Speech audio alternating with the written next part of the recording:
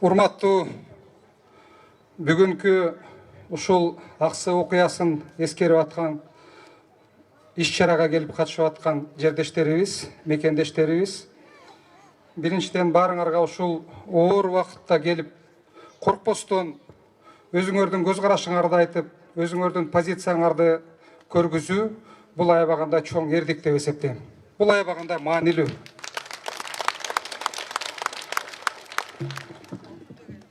Уруксат берсеңер, мен bir 10 мүнөт убактыңарды алайын. Bir 5 нерсеге кайрылгым келет. Өз-өзүнчө бөлүп айтам ал нерселердин бардыгын. Биринчи аксы маселеси. Аксынын болгонуна 17 жыл болду.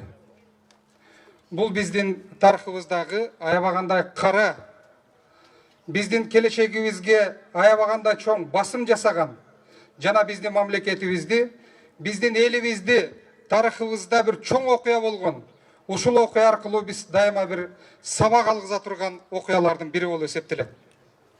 Аксы окуясы бул биздин мамлекеттеги бийлик менен элдин ортосундагы араздашуу, же болбосо маселе талашуу дайыма баланстуу болуш керек экенин көргөзгөн нерсе болуп эсептелет. Аксы окуясы өзгөчө биздин бийлик адамдарына, өкмөткө, президентке сабак боло турган нерсе болуп эсептелет. Себеби аксы окуясын эстегенде, аксы окуясын терең көңүл бөлүп карай турган болсок, бул бийликке бир эле ушул тарыхка карап коюу эмес, бийликке келечекке караганга, ката кетирбегенге жана элинен коркуп мамиле кылууга үйрөтө турган сабак болуп эсептелет. Бул аябагандай чоң тарыхый мааниси бар окуя. Биз биринчи кезекте эл гана катарында эмес, мамлекет катарында гана эмес, бийлик ушул аксы окуясына аябагандай терең маани берип жүрүш керек экендигин дайыма басып айтышыбыз керек. Бул биринчи аксы окуясы боюнча айта турган маселем. Мына ушул окуяны бардыгыбыздын келип ушул жерге коркпостон белгилеп атканыбыз бул элибиз үчүн дагы, бийлик үчүн дагы чоң бүгүн көңүл бөлө турган маселе.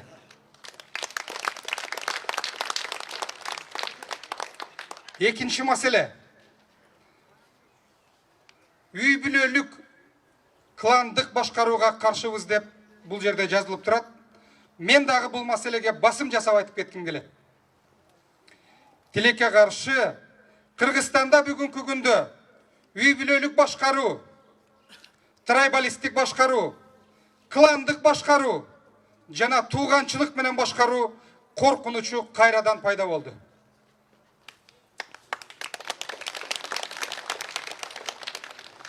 Президенттин үй бүлөсүнүн жакындарынын бардыгынын бүгүнкү күндө бийликте отурушу үй бүлөлүк башкарууну бизге кайрадан жакындатып койду. Каалайбызбы, каалабайбызбы, айтабызбы, айтпайбызбы, үй бүлөлүк башкаруу кайрадан коркунучка алып келди бизде. Акыркы убактардагы ар бир уруулардын, ар бир трайбтардын чогулуп алып, чогулуштарын өткөрүп, өздөрүнүн съездерин өткөрүп, жашыруун өздөрүнүн кадрларын кайрадан мамлекеттик башкарууга, бийликке ачык жана жашыруун сунуш кылып кызматка киргизип атканы бизди кайрадан трайбтык жана кландык башкарууга алып келип койду.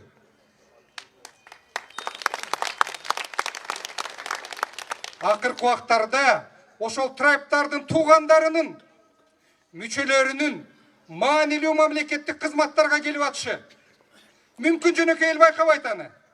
Бирок биз саясатчылар, саясатты жакшы билген адамдар биз билебиз.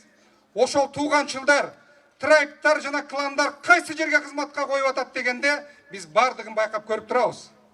Бул кайрадан Кыргызстанда үй бүлөлүк башкаруу, кландык башкаруу жакындап келатканынын далили болуп эсептелет. Мен азыркы президентке, анын жакындарына, өкмөткө эскертип айткым келет. Бул биздин Кыргызстандын жана азыркы президенттин жолу эмес. Силер туура эмес багытка кете баштадыңар. Биз ошону эскертебиз силерге. Үчүнчү маселе. Оппозиция маселеси. Биздин Кыргызстанда бийлик эч убакта жок болгон эмес. Бийлик дайыма күчтүү болгон. Анткени биз дайыма президенттик башкарууда жашайбыз. Ошон үчүн азыр президент Атамбаев айткандай эле парламенттагы, өкмөттагы, кошоматчылар дагы, жергиликтүү бийликтин өкүлдөрү дагы бардыгы бүрдүгүн тапырап, мурдагы президентти сатып, азыркы президентке кирип барышты.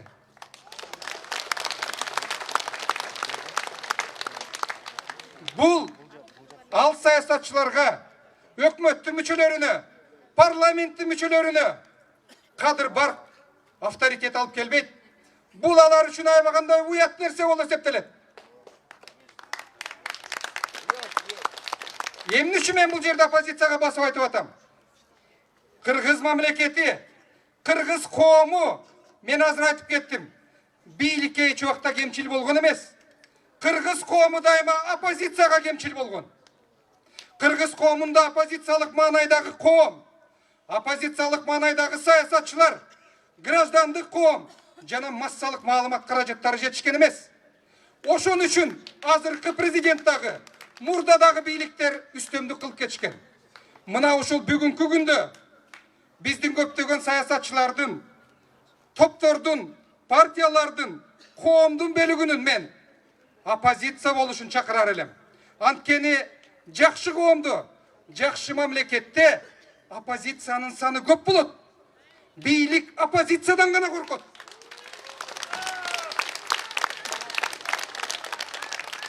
Бийлик башка нерседен коркпойт. Бийликти коркута турган, бийликти кармай ала турган, бийликке баланс жарата турган, бийликке карама каршылык көрсөтө турган бул оппозиция гана болуп эсептелет. Башка жок дүйнөдө эч кандай.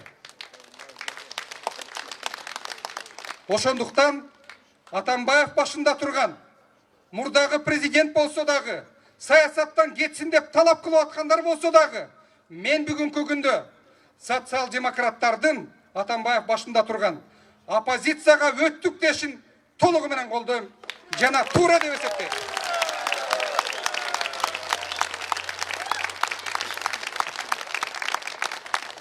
Себеби социал-демократтарга окшогон партиянын, Атамбаевке окшогон саясатчынын жана Атамбаевти сатпай жанында отурган депутаттардын, саясатчылардын, партиялаштарынын оппозицияда болгону бул өлкөбүз үчүн эгерде кимдир бирөөлөр түшүнсө, бул аябагандай маанилүү нерсе болуп эсептелет. Муну убагы келгенде көпчүлүк түшүнөт.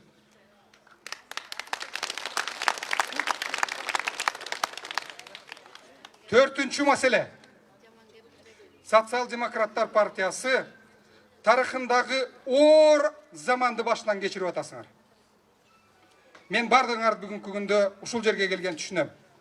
Анткени саткынчылык маселеси партияңардын бир канатын сындырып кетти. Партияңарды аябагандай оор кризиске алып келип такады. Саткындар дайыма тарыхта болгон.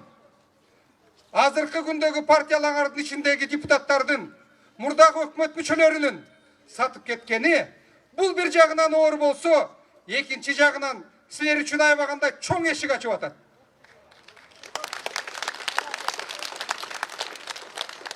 Кризис маселеси Кытайлардын иероглифи боюнча бул бир жагынан кризис болсо, экинчи жагынан бул жаңылык болуп эсептелет.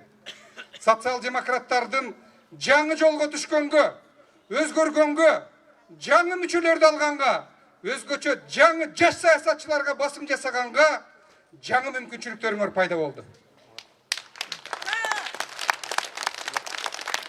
Саткындар дайыма болгон, азыр дагы сатат, келечекте дагы сатат. Бирок азыр жаңы партия болуп, күчтүү партия болушуңарды мен саясатчы катарында, саясатты мыкты түшүнгөн адам катарында мен аябагандай каалар элем.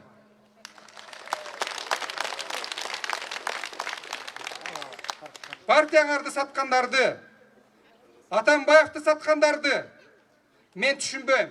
Себеби мен Атамбаевка 7 жыл оппозиция болгон саясатчымын. Сыймыктанып айталам.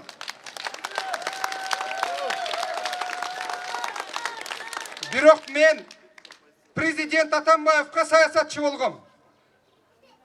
Каршы турган оппозиция болгом. Ал эми оппозициядагы Атамбаевка мен оппозиция бола албайм.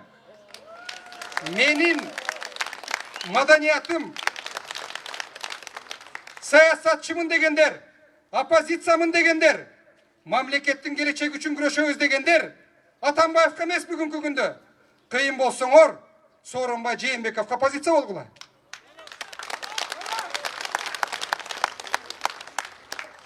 Социал-демократтардын жанагы айтып кеткендей эле оор, бирок жаңылануу убакыттын келгенин мен басып айтам. Жана силердин жаңы ийгиликтерге даяр болуп, жаңы адамдарды, жаңы партияны түптөгөнгө, күчтөнткөнгө мен аябагандай тилектешмин. Сөзүмдүн акырында 5-ші маселем. Идея маселеси.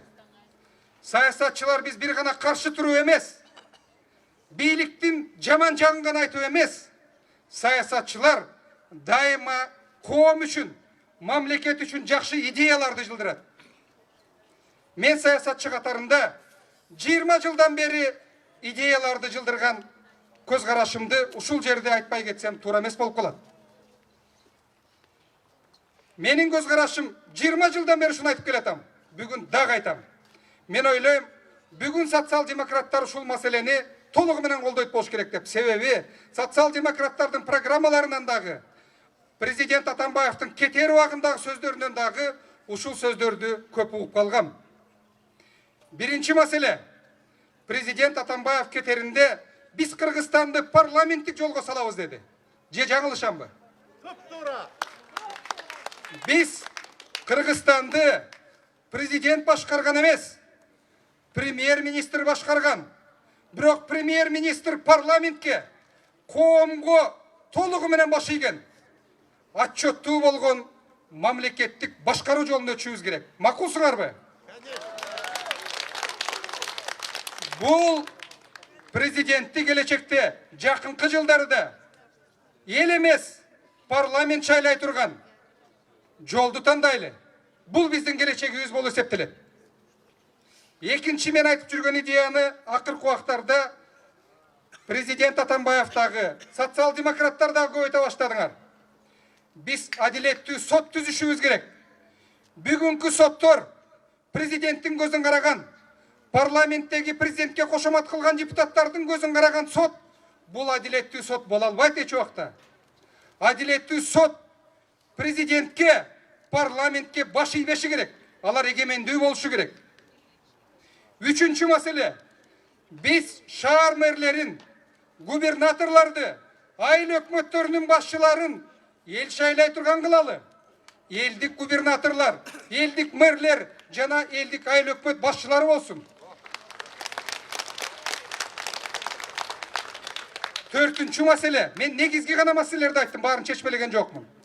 Биз балдарыбыз, ата-энелерибиз, кыздарыбыз жакшы сапаттуу билим ала турган, сапаттуу медициналык кызмат ала турган жакшы ушул багыттагы тармакты түзүшүбүз керек. Сапаттуу билим жана сапаттуу медицинага биздин балдарыбыз менен кыздарыбыз бүгүнкү күндө аябагандай татыктуу. Биз мына ушул багытка көңүл бурушубуз керек. Сөзүмдүн акырында ушул жерде отурган социал-демократтар оор абал баарыбыздын башыбызга келет. Мен 15 жылдан бери оппозицияда жүргөн саясатчы катарында дайыма бийликтен коркуп, эмне кылар экен деп жүргөн саясатчы катарында айтар элем. Бул күндөр дагы башыбыздан өтөт. Силердин дагы бул күнүңөр башыңардан өтөт. Саткынчыларга көңүл бөлбөгүлө. Социал-демократтар оппозицияда боло турган болсо, мен дагы оппозициялык саясатчы катарында ушул идеяларды ишке ашыра турган болсок, биз көп нерселерге чогуу иштегенге бүгүнкү күндө мүмкүнчүлүк жаралды. Рахмат сиздерге.